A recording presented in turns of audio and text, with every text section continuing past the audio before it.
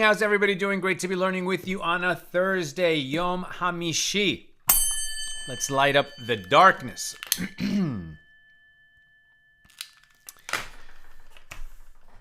Just looking at some reports, and I apologize for being a few minutes late, but it looks like Israel has begun retaliating against this attack. I mean, it was a miracle that no one was hurt when Iran launched 300 missiles and drones attacking Israel from Iran proper.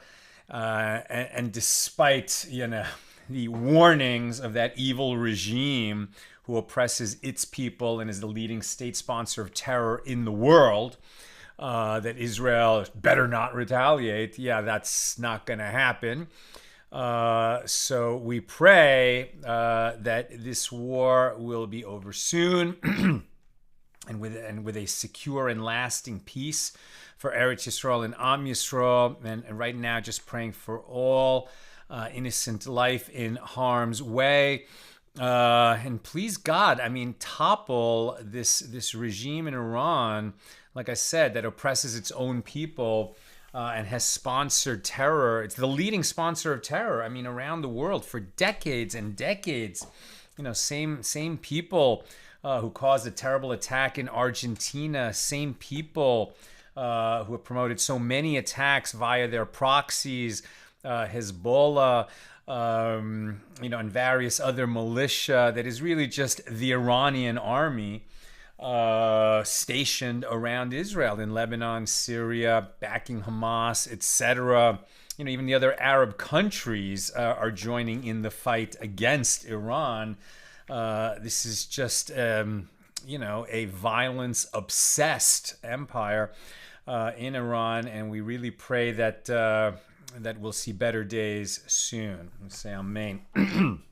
All right, let's do our part by learning some Torah.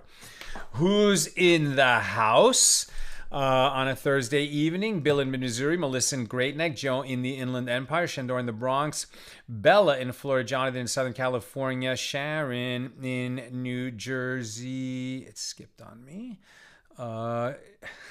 Stop skipping on me. Where are you? Sharon in New Jersey. Michael saying hello, welcome. Melanie in Kentucky. Michael's in Arizona. Mickey talking about the same subject in New Jersey.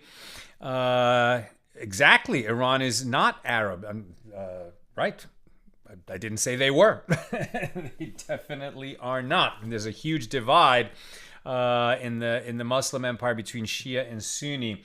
But I know very well that I'm an ignoramus when it comes to the Islamic world, to the Christian world. My job is to talk about Torah and Talmud. So let us do that. I'm just praying for the safety of Israel. Okay, and over there on the YouTube side, Marjorie in Georgia, Ella saying shalom. Welcome, everybody. Okay. We're continuing our journey through chapter 4 here in Tractate Bava Metzia, the 22nd volume of the Talmud. Tonight we'll complete, God willing, our discussion of Mishnah number 1 here in chapter 4. And we're continuing to discuss basically what it means to have integrity, right? As somebody involved in business transactions, what does it mean to have integrity? And so the Gemara tonight opens with an incident.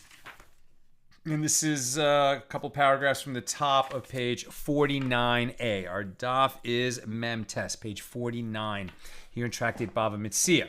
So the Gemara relates, buyers gave money to Rav Kahana to purchase linen. Ultimately, the price of linen increased. So Rav Kahana came before Rav to ask his opinion. And Rav said to him, well, give them a quantity of linen equivalent in value to the money that you received. Right? Obviously, Rav Kahana is a man of integrity, and he's not going to, receive money. As we've seen several times, a seller can renege on a deal. Even though he's received the money, he could give the money back. And then sell the produce elsewhere. But about such a person, we've learned that the sages would issue the curse right? The curse that the one, meaning God, who exacted payment from the generation of the flood, Noah's Ark, the generation of the dispersion, the Tower of Bava, the one who exacted payment from the Egyptians for oppressing us and enslaving us. There are a couple other examples given, but at any rate, the one who creates justice in the world and who is responsible for justice, meaning God, that he will exact payment from a person who takes the money and then cancels the deal because he could get more money elsewhere. So obviously Rav Kahana would not be trying to do that. So what exactly is going on here? Rav said to him, give them a quantity of linen equivalent in value to the money that you received. And concerning the rest, your verbal commitment is merely a statement, and reneging on a verbal commitment that was unaccompanied by an act of acquisition does not constitute an act of bad faith. So, and we already saw that somebody who gives a deposit or someone who promises to make a deal and doesn't would not receive the curse of the sages that we just mentioned, but still the sages would be displeased with him. So it seems like there was more going on here. In fact, there's a note. It was clear to Rav that a man of Rav Kahana's stature would not act in a manner that would lead to his incurring the curse, he who exacted payment, and therefore the money that he already paid must have been to purchase a commensurate portion of the merchandise. It's a little bit unclear, gave money to Rav Kahana to purchase linen. Does that mean they gave money to Rav Kahana so that he would deliver the linen later to them? Or was Rav Kahana acting as an agent for this group? A little bit unclear. Now the Gemara comments, this is as it was stated, there is an Amoraic dispute with regard to reneging on a verbal commitment that was unaccompanied by an act of acquisition, a verbal commitment as opposed to money changing hands. So if somebody just says, okay, I'll sell you, linen for, $5 a yard, and then the price goes up to $10 a yard, do you have to go through that deal? Now that's different than receiving payment and you just simply haven't delivered the linen yet, where you could legally renege, but you'd receive the curse for doing that. What about if you simply said you would sell it? Now you're not going to earn the curse, but the sages are displeased with you, and that would seem to likewise apply. This is what we were talking about yesterday. If you received a deposit, is it that you just have to, sell as much of the linen at that price as the amount of the deposit that you received? Or do you have to go through with the transaction that was represented by that deposit? So here Rav says that Rabbi Yochanan says, Rav says it does not constitute an act of bad faith if all you did is make a verbal commitment, but Rabbi Yochanan says it constitutes an act of bad faith. If you renege on a verbal commitment, it's an act of bad faith, and you mustn't do that. Now, there's a law here, I'll come back to that in a minute. So the Gemara raises an objection.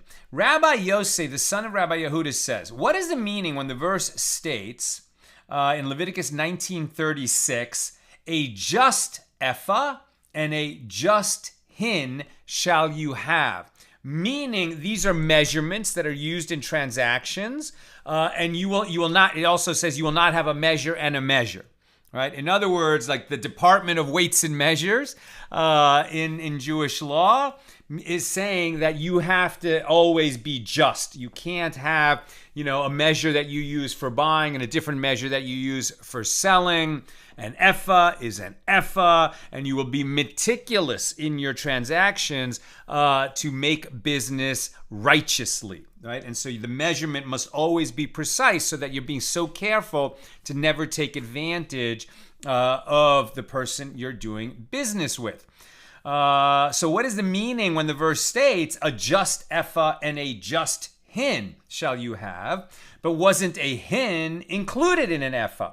Why is it necessary to state both? Rather, this is an allusion that serves to say to you that your yes, similar word, hen, should be just, and your no should be just. Apparently, it is a mitzvah for one to fulfill his promises. When you say yes in business, it means yes, not yeah, I kind of intend to do that, but if I find a better deal, I'm not going to do it. No. When you say yes, it means yes. When you say no, it means no. So Abaye says that verse means that one should not say one matter with his mouth and think one matter in his heart. It is prohibited for one to make a commitment that he has no intention of fulfilling. And Rav Kahana made his commitment in good faith and reneged due to changed circumstances. That is not prohibited. Now, the point here is we have to be very careful. It's like, oh, is he just getting out through a loophole? What do you mean? Circumstances changed that the price went up? The price could always go up. That's not a reason to renege your deal. More likely, there's more going on in this story. Rav Kahana was certainly a man of integrity. It is Rav Kahana who at a certain point, right, was in Akiva's hiding in his teacher, Rabbi Akiva's bedroom, just to hear how his teacher, spoke with his wife. Not something lascivious, but meaning this, and he said, this is Torah and I must learn it. In other words, Rav Kahana was somebody who wanted to live a Torah life, not just understand Torah, but apply the righteous precepts of Torah in every area of life. So he's not going to go and rip off, his customers or his partners in some manner. More like there really was a gray area. And so that was the kind of changed circumstances that we're talking about, which were beyond his control. We're just not getting all the details of that story here. But this idea, right, that Abaye is saying that one should not say one matter with his mouth and think another with his heart, right? That's in other words, you don't just lip flap, right? You don't flatter, and you don't say something just to have a conversational topic. And God forbid you should just, offer to do business where you don't mean it, where it's just blah, blah, blah. But in your heart, you're really saying, well, I'll just talk to these people until I can find a better deal somewhere else. It's one thing to just socialize. Of course, you can do that. You can network. But if you're talking about doing business with someone when your intent is nothing like that, then your mouth and your heart and your mouth are not in alignment, right? And that is prohibited, at the very least as a matter of morality, perhaps as a matter of halacha. Now, the Gemara raises an objection. Rabbi Shimon says, even though the sages said that when one party takes possession of a garment, the other acquires a gold dinar, but when one party takes possession of a gold dinar, the other party does not acquire a garment, right? We said this over and over again. When there's a transaction of money for a product, when the money changes hands, the deal is not done. Only when the product changes hands is the deal effected. So in any case, that is what the law would be. But the sages said with regard to one who reneges on a transaction where one party pulled the gold dinar, meaning the currency, into his possession, he who exacted payment from the people of the generation of the flood, from the people of the generation of the dispersion, and from the inhabitants of Sodom and Gomorrah, that's one I couldn't remember before, and from the Egyptians in the Red Sea, will in the future exact payment from whoever does not stand by his word. And one who negotiates, where the negotiation culminates with a statement in which he commits himself to acquire the item, did not acquire the item without a formal act of acquisition. But with regard to one who reneges on his commitment, the sages are displeased with him. So apparently, one who reneges is considered to have acted in bad faith. Right? The curse is if the money changes hands, the product didn't, and then you renege on the deal. That's when you get the curse of the sages that we just mentioned. If the money hasn't changed hands, but you made a verbal commitment and you renege on the deal, then it's the sages are displeased with you. You've acted in bad faith. That's no way to do business, and your reputation will suffer. The Gemara explains, this matter is a dispute between Tanaim. As we learned in the Mishna, in this tractate on 83a, there was an incident involving Rabbi Yochanan ben Metzia, who said to his son, go out and hire laborers for us. So his son went and allocated sustenance for them as part of their employment terms. without specifying the type of sustenance. He said, I will feed you. You'll come work for us. You'll make, I don't know how many shekels a day, and we'll feed you lunch. But he didn't say what kind of lunch he was going to give them. And when he came to his father said to him, my son, even if you prepare for them a meal like the feast of Solomon during his era, you will not fulfill your obligation to them, as they are the descendants of Abraham, Isaac, and Jacob. And due to that status, they are deserving of any meal that they want. Rather, this is what you should do. Before they begin engaging in their labor, go out and say to them, your employment is on the condition that you have the right to claim from me only the customary meal for workers of bread and legumes, right? So in other words, be specific. When you make a deal, if you say, I'm going to feed you, tell them what you're going to feed so they can agree or not agree. But if you leave it unspecified, then you might be obligating yourself to far more than you bargained for.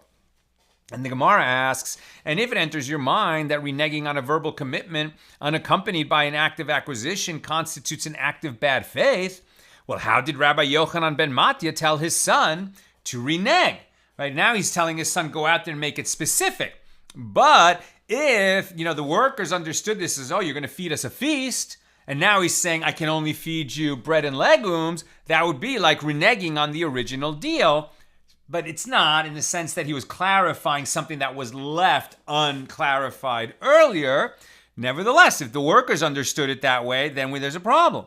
So the Gemara answers, this is not difficult. It is different there in that case, as the laborers themselves do not rely on the son. And what is the reason they do not rely on the son? It is due to the fact that they know that he relied on his father giving his approval when committing to feed them. They knew perfectly well that the guy who came to hire them was just the son of the guy who's actually hiring them, and that the final terms would be dictated by the father. And so there's not an element of reneging on a deal here. So the Gemara asks, if so, then even if the laborers began engaging in their labor, they would still not rely on the son. Why then did his father instruct him specifically to tell them of the change before they began their labor? And the Gemara answers, once they began engaging in their labor, they would certainly rely on the son's commitment, as they would say, well, he must have come before his father and stated the conditions of their employment, and his father is amenable to those terms. Therefore, it was necessary to inform them before they began working. And the Gemara asks, and did Rabbi Yochanan say this, i.e. that one who reneges on a verbal commitment acted in bad faith? Did he really say that? But didn't Rabba bar Bar Chana say that Rabbi Yochanan says, one who says to another, I am giving you a gift, is able to renege on his commitment? Very interesting, right? If I say to you, I'm going to give you a gift, is that a binding contract? Okay, let's put aside binding contract where you could litigate with me. If I say I'm going to give you a gift and then I don't give you a gift, have I acted in bad faith? Or is it, listen, it's a gift. I intended to give you the gift when I said that. Circumstances changed for me, and I'm sorry, I'm not going to be able to give you that gift. Have I acted in bad faith when that happened? The Gemara asks, he is able to renege? It is obvious that he is able to renege, as in the absence of an act of acquisition, no one can compel a person to give a gift. Rather, it means it is permitted for him to renege on his commitment. So it sounds like it's not even bad faith to say, I will give you a gift and then change your mind. So apparently one who reneges on a verbal guarantee is not considered to have acted in bad faith. Rav Papa said, how can you understand it this way? Even Rabbi Yochanan concedes that in the case of a small gift, one may not renege. This is as opposed to a large gift when one may renege. A little bit counterintuitive, right? A small gift, if you say I'm going to give you a small gift, you're committed, you can't get out of it. If you say I'm going to give you a huge gift, then you can get out of it. What's the difference? In the case of a small gift, one may not renege as the recipients rely on him to fulfill his verbal commitment. By contrast, in the case of a large gift, the recipients are aware that a person might reconsider, and therefore they do not rely on his statement and do not assume that his decision is final. quite interesting if you make a pledge to a charity, you know, and and then your circumstances change. Like, you have to be very careful. I feel like I need to be careful because I think I made a pledge to some charity that called me on the phone. I said, email me. I will give, $18 or something. And maybe they lost my email. I feel like I didn't get that email. So now I'm literally thinking out loud. I think I have this outstanding pledge. And thank God I'm reading this. It's reminding me, but now I have to figure out what charitable organization that was. At any rate, a small pledge, for sure, you cannot get out of it. Once you say, I'm going to give this gift, you must give it because people rely on that. If it's a very large pledge, it seems like that's a little bit different because people can't be sure that a very large pledge is going to come through until it does. Charity receives a large pledge, like a really large pledge. Yeah, don't, make a real estate deal based on that coming through until it's, a little bit more solidified, perhaps. That's what we seem to be learning here. So the Gemara comments, so too it is reasonable to say that this is the opinion of Rabbi Yochanan. As Rabbi Abahu says that Rabbi Yochanan says, with regard to an Israelite who said to a Levite, you have a core of first tithe, core is a measure, of first tithe produce that is in my possession and that I separated from my produce, right? The Israelite has to tithe to the Levite, because the Levites didn't get a portion of land when the land was settled at the time of Joshua. They received tithes from the other tribes. So what happens? So the Israelite says to the Levite, you have a core of first tithe produce that is in my possession. In other words, I have separated a tithe for you. I'm holding on to it for you. It's your tithe, right? I've given it to you. It's just currently still in my possession. And a core is a large amount of produce. So you have a core of first tithe produce that is in my possession and that I separated from my produce. So the Levite may render all or part of this core teruma of the tithe, meaning when a Levite receives gifts as tithes as gifts, he has to separate some of what he receives to give to a Kohen, right? To give to a priest. Those who receive charity are also obligated to give charity, right? Those who live on charity must still separate a tithe from what they receive to give to charity to people who are even needier or who are other needy people, right? So, and we learn that from the Levite who receives the tithe and then has to separate teruma of the tithe to give to the priest. So what happens here? So the Israelite told the Levite, I have a core of produce in my possession, but it's your core. So here we're learning that the Levite can now mentally designate some of this tithe that he has already received, although it's still in the possession of the Israelite, to separate from it teruma of the tithe to give to the Kohen. Right, the Levite may render all or part of this core teruma of the tithe for first tithe produce that he has in another place. He can separate from that for first tithe produce that he has already in his possession. Right, he can mentally designate what's still in the Israelite's possession to be teruma of the tithe for this other produce that the Levite has at his house, let's say, but not accessible right now. Granted, if you say that one is unable, i.e., it is not permitted for him to renege, that the Israelite is not permitted to renege, it is due to that reason that the Levite may render it teruma of the tithe for other produce.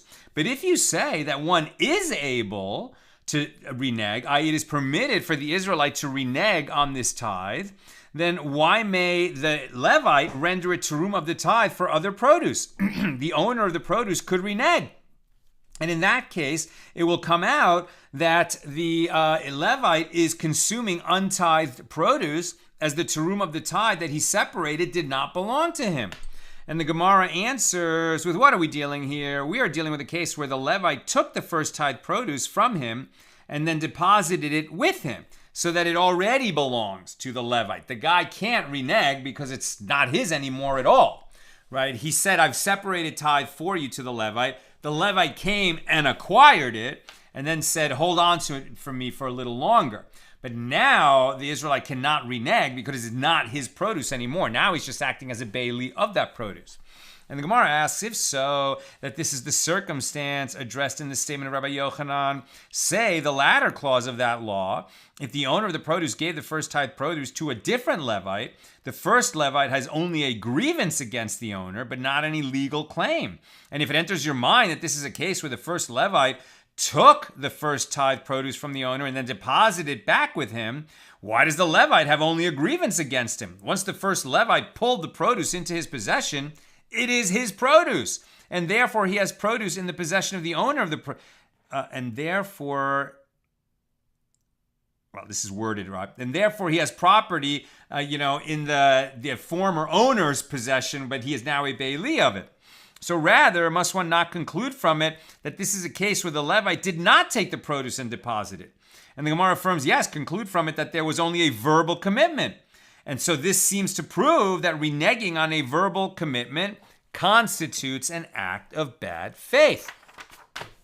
The Gemara relates, there was a certain man who gave money as payment for sesame seeds.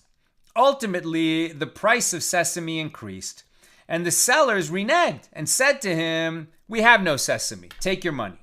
The buyer did not take his money, and the money was stolen. Very interesting, right? The buyer handed over the money. The sellers reneged because the price of sesame had gone up and they could get more money elsewhere. So they said, take your money back.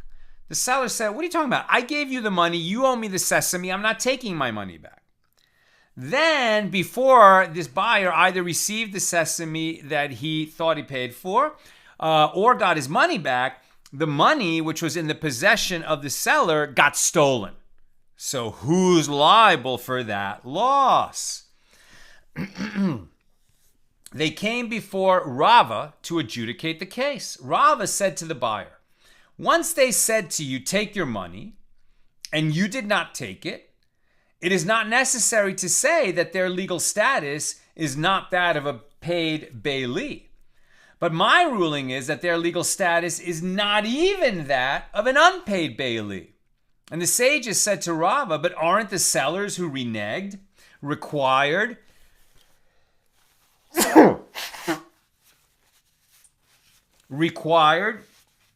to accept upon themselves the curse, he who exacted payment from the generation of the flood, etc.? And Rava said to them, indeed, they must pay or accept the curse. They don't have to pay. If they don't pay, they're going to receive this curse from the sages. Now, who wants such a curse from a sage hanging over their head? But some people would rather have a curse hanging over their head than part with their money. It's like that old joke, somebody who's, this kind of person, is walking through a park at night, and the robber comes up and says, your money or your life. The guy doesn't answer, doesn't say anything, doesn't do anything. And the robber says, I said your money or your life. And the victim says, hold on a minute, I'm thinking. Right? That's such a person, right? So somebody who decides, well, whatever, he'll take the curse rather than part with his money, legally, there's nothing that the court can do. That guy doesn't have to give the money back. This is that situation. A seller can renege on the deal, legally speaking. So in that situation, okay, he would have to accept the curse on himself, but he doesn't have to give the sesame. And he is not considered a bailee of the money because he said, here, take your money. And who was the guy, the certain man, right, the buyer, who said, no, I want the sesame, I don't want my money. And so it's not like he said, take care of my money, right? So Rava said that the seller, who said take your money back, since the guy didn't take the money back, the seller doesn't become a paid bailee, doesn't even become an unpaid bailee for that money. He didn't agree to take care of the money. He said, take your money. And the guy just refused to take it. And so, in other words, this buyer is out of luck. The other one will have a curse on him, but he's not going to have to make good on this money that was stolen from his possession. Rav Papi said that Ravina said to me, one of the sages and Rav Tavot is his name, and some say Rav Shmuel Bar Zutra is his name, and he is the one who, even if they were to give him the entire expanse of the world, he would not deviate from the truth in his speech, said to me, there was an incident in which I was involved. On that day, it was twilight on Erev Shabbos, right? Shabbos was about to begin. And I was sitting, and a certain man came and stood at the entrance, and he said to me, do you have sesame to sell? And I said to him, no. And he said to me, well, let these dinars remain as a deposit with you, as the day has grown dark for me, and I'm unable to reach home before Shabbos, and I can't carry money on Shabbos. So I said to him, this house is before you. Meaning, okay, you want to store your dinars here, the house is before you. Meaning, I'm not agreeing to be your bailee to watch your money. I don't have anything to sell you. You came here to buy. That was your idea. Now you're saying, can I, stash my money here because I need to go home and I can't carry the money with me. It's too close to Shabbos.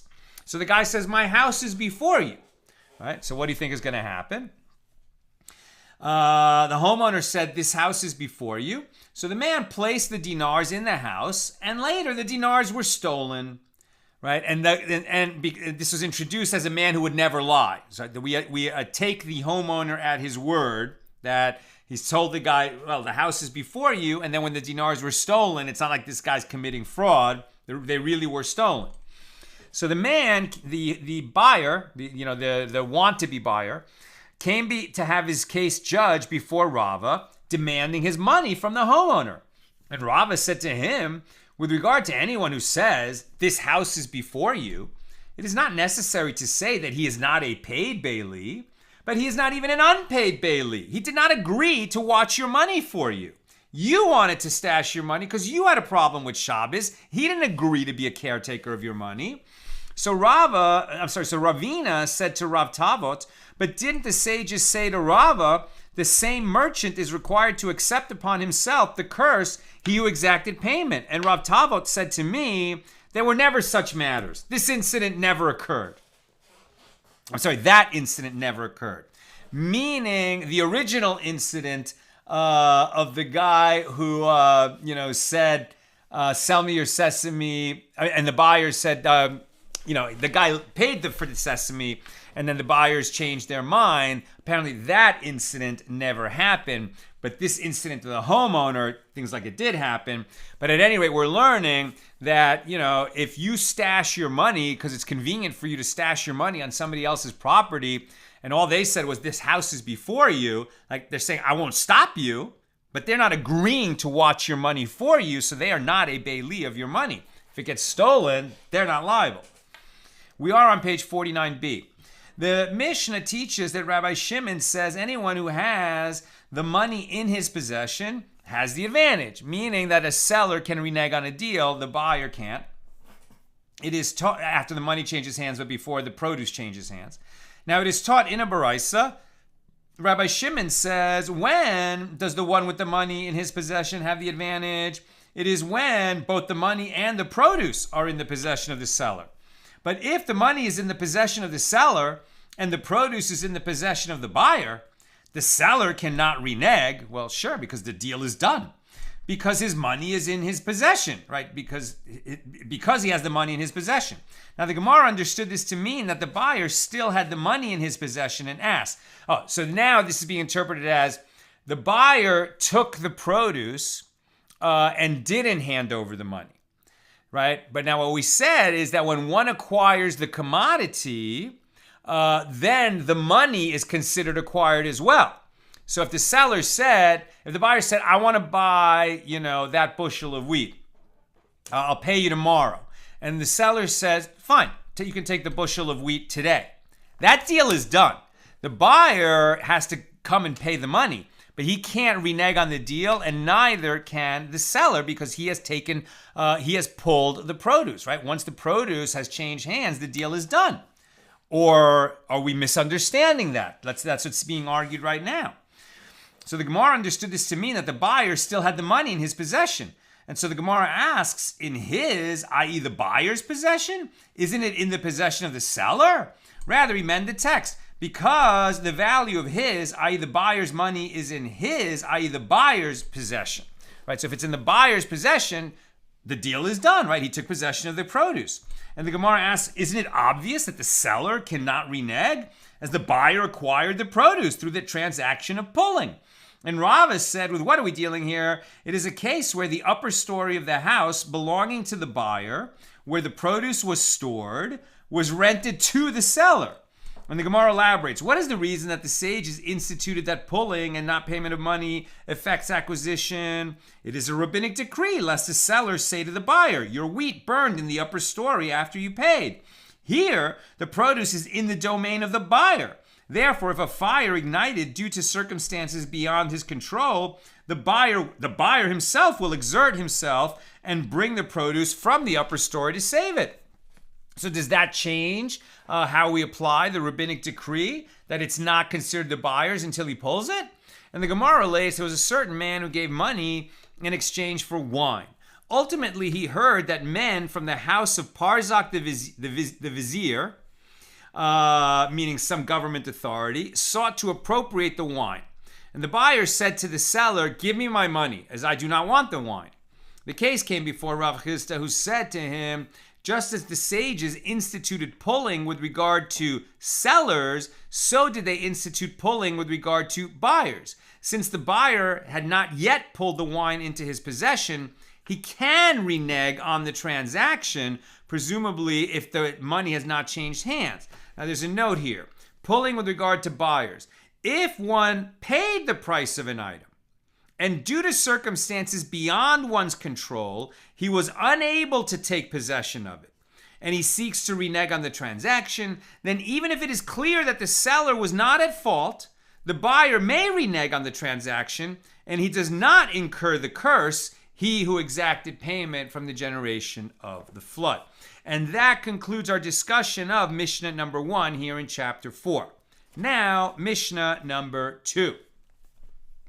The measure of exploitation for which one can claim that he was exploited, meaning that in the matter of life-sustaining commodities, right, we've said that a seller can only profit 1/6 of the value of the produce, and not more than that. And if he's exploiting the buyer by getting a bigger profit than that, and this net profit, right, net of everything else he can certainly get paid for, risk that he took, money that he invested in it, his expenses and costs, etc. He can get all of that back, but pure profit he can only take 1/6.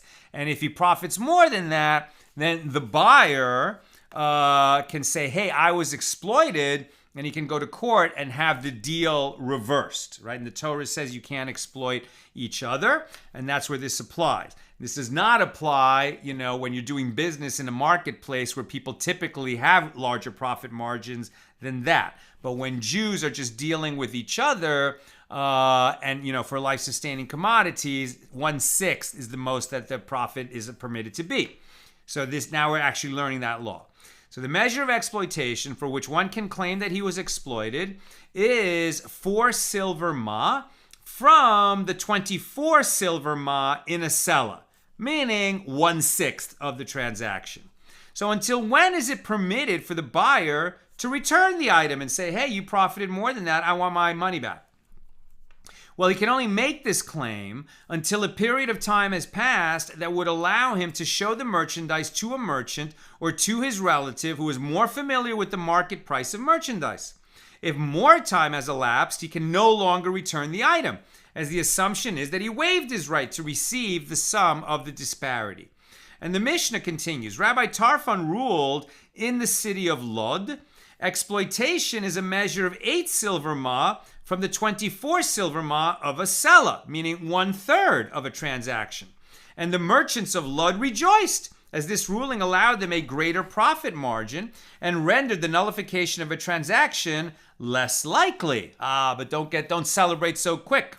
Rabbi Tarfon said to them, throughout the entire day, it is permitted to renege on the transaction, and not merely for the period of time it takes to show the purchase item to a merchant or a relative. And then the merchants of Lod said to him, let Rabbi Tarfon leave us as we were with the previous ruling, and they reverted to following the statement of the rabbis in the Mishnah with regard to both rulings. That's Mishnah number 2. The Gemara. It was stated that there is an Amoraic dispute with regard to exploitation. So Rav says, we learned that exploitation is determined by 1/6 of the transaction, i.e. 1/6 of the purchase item, not 1/6 of the money paid. And Shmuel says we learned that exploitation is also determined by 1/6 of the money paid. The Gemara elaborates, with regard to an item that was worth 6 ma, that was sold for 5 ma, or an item worth 6 ma that was sold for 7 ma. Everyone agrees that we follow the transaction, i.e. the fraction of the variation in price is determined relative to the market value of the item sold, and it is exploitation. Where Rav and Shmuel disagree is in the case of an item worth 5 ma that's sold for 6 ma, or an item worth 7 ma that's sold for 6 ma. According to Shmuel, who says that we follow the fraction of the variation in price as determined by the money paid, both this case and that case are exploitation, as there is a disparity of 1/6 between the price paid and the value of the item. According to Rav, who says that we follow the transaction, when an item worth 5 ma sells for 6 ma, the halacha is that there is a nullification of the transaction, as the disparity between the value of the item and the price paid is greater than 1/6. Now note that the way this is being discussed is a little bit different than the way I characterized it when I said that the seller can only make a profit of 1/6. Not quite. What it is he can only sell it for 1/6 above the market price. That's a little bit different. So his profit, whatever is normal for making a profit, that's built in. But what he can't do is sell it for more than 1/6 above the market price, because he's got a buyer who doesn't realize that he could buy it for, less than that if he would just, walk a few stalls down, something like that. Less than 1/6, okay, that's just a typical variation. Some sellers charge more, some less. Some have higher rent, some have a nicer store, some are more personable, and you'll pay a little bit more for the experience of buying from them. But they can't charge more than 1/6 above the market price, okay? So the question here they're discussing is, how do we measure 1/6? Is it the internal 6 or the external 6? That's one of the questions being asked here, right? In other words, when you say that something is worth $6, right, and the guy got it for $5. So, if you're saying $1 relative to $5, that's 20%. That's more than 16%. Or are you saying it's 1/6 where, it's $1 relative to the $6? Is it relative to the price paid or to the market value of the item that we're comparing the 6th, right? When an item worth 7 ma sells for 6 ma, the law is that there is a waiver of the sum of the disparity, as the disparity between the value of the item and the price paid is less than 1/6, because they're measuring the 1 ma compared to 7. So it's 1/7, and that means it's okay. And Shmuel says, when we say that there is a waiver or a nullification of the transaction, it is in a case where there is not a disparity of 1/6 from both aspects, i.e. both in terms of the money paid and in terms of the value. But in a case where there is a disparity of 1/6 from one aspect, either in terms of the money paid or the value of the item, it is exploitation. And the Gemara cites proof for the opinions of Rav and Shmuel. We learned in the Mishnah, the measure of exploitation for which one can claim that he was exploited is 4 silver ma from 24 silver ma in a sela, which is 1/6 of the transaction. And what, is it not a case where he bought an item worth 20 ma for 24 ma? And accordingly, one can conclude from the Mishnah that we learned that exploitation is also determined by 1/6 of the money paid, as opposed to 1/6 of the value, because it was 1/5 of the value was the price paid over its value. But it was 1/6 compared to the final price that was paid. And the Gemara rejects this proof. No, it is a case where he sold an item worth 24 ma for 20 ma. Right? So it's now 1/6 of the value. And the Gemara asks, if so, who was exploited in this transaction? It is the seller. So say the latter clause of the Mishnah, until when is it permitted for the buyer to return the item? in the time that it takes the buyer to show the merchandise to a merchant or to his relative. And Rav Nachman said the rabbis taught this law only with regard to a buyer who is in possession of the item and can show it to a merchant immediately. But a seller may always renege on the transaction. Since the purchase price is not in his possession, since the purchase item is not in his possession, he can determine its market price only if he happens to encounter a similar item. And there is no time frame within which this will certainly occur.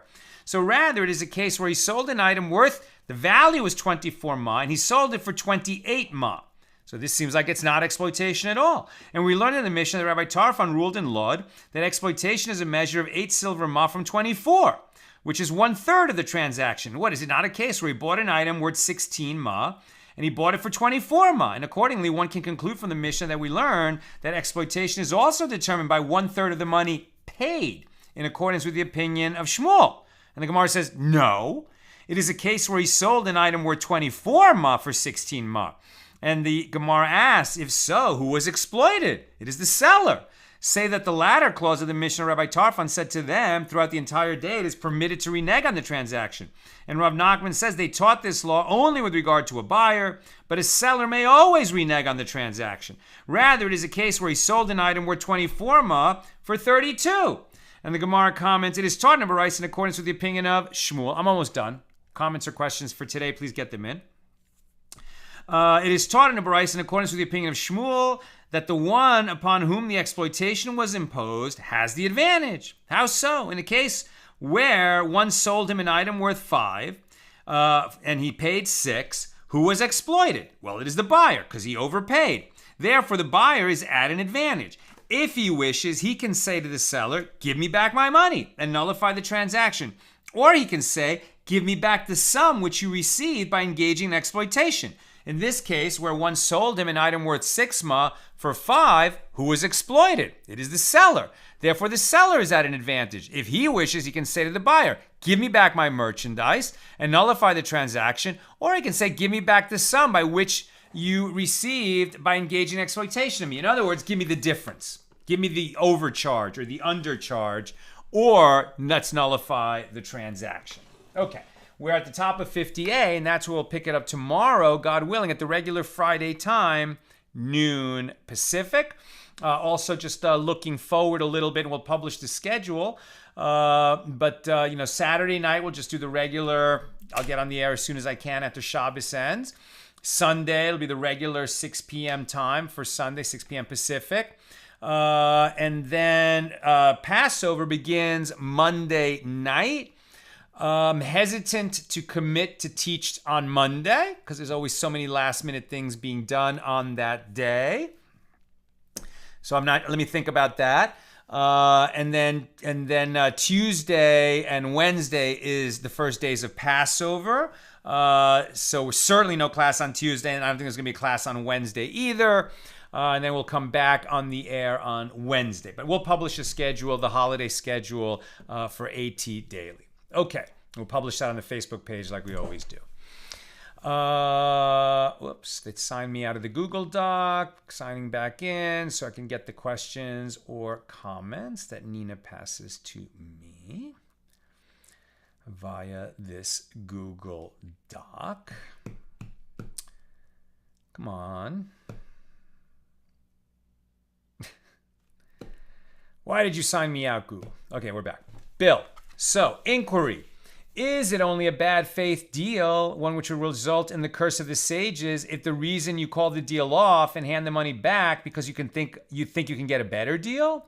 What if the circumstances suddenly change? Say, for example, you had 2 cars and sold one, but before you made delivery, the first one was wrecked, and now you need the car more than the money. Is that a bad faith deal? Is that one that would incur the curse if you had received the money and now you want to give the money back? Or displeasing to the sages if you had not received the money, but you had made a verbal commitment?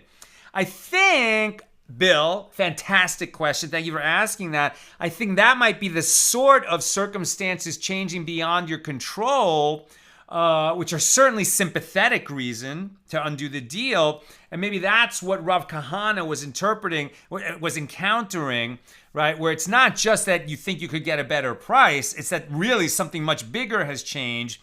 And the question is, do you have to keep your word where it's going to cost you dearly, like a major problem for you? Or since legally you can get out of it, maybe that those circumstances being so exigent would also say that, okay, the sages won't curse you and they won't even be displeased with you because it's a very unusual circumstance. I think that might be just that kind of case. So thank you for that. And Sharon, couldn't you still sell the car and buy a new car with your earnings?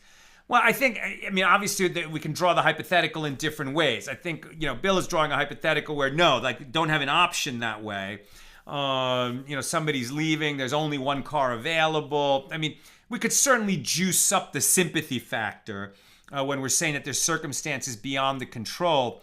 Now, there's certainly going to be some people who are punctilious. My word is my bond, my word is my bond, my word is my bond, and even if it costs me terrible, I'm going to live up to it, right? And there was it wasn't really an example like this at all, but it's just a famous story of a man, a factory owner in Massachusetts, whose family had owned a factory for a very long time, and there were hundreds of people employed there.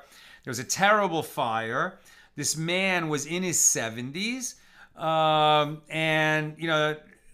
was not some kind of fraud, like a fire started, circumstances beyond his control, and the whole factory burned to the ground. So this was like the perfect situation for this guy who had built a business. I think it was his business. I don't know if it was his father's business. Maybe it was his. Let's just take the case. It was his business that he built for 40 years. And now, as a result of this fire, which he did not start, it was not his doing at all. The insurance company, gives him $300 million. Retire, go to Florida. Now, you, your children, your grandchildren, your great-grandchildren are all, provided for. Everyone has guaranteed college education, etc. Perfect time to retire. Only problem is, those hundreds of employees in that town, have lost their work, have lost their livelihood. The town is, going to be devastated because this was the principal employer in the town. And what did the man do? He was a mensch. He took the insurance money and he rebuilt the factory. And not only that, but he said that while we're rebuilding, until we can get up and running again, I will pay everybody's wages because I know that you all depend on this factory, and my father taught me to be a mensch. And that was a mensch, right? That was a great story. And the town people were so dedicated and so grateful, and everybody also, pitched in to get that factory rebuilt quicker. And then when it got up and running again, I mean, his workforce was so motivated that they became more profitable than they ever had been before. And, it was just a great feel-good story. It's not really the same, except this idea of carrying yourself like a mensch in business, even when it costs you dearly, because, your word and your integrity are so important. And Ryan says, love the Spinal Tap shirt yesterday. Ryan got the reference. Okay, my friends, that's what I've got for us today. And with God's help, we'll be together again tomorrow, Friday, regular.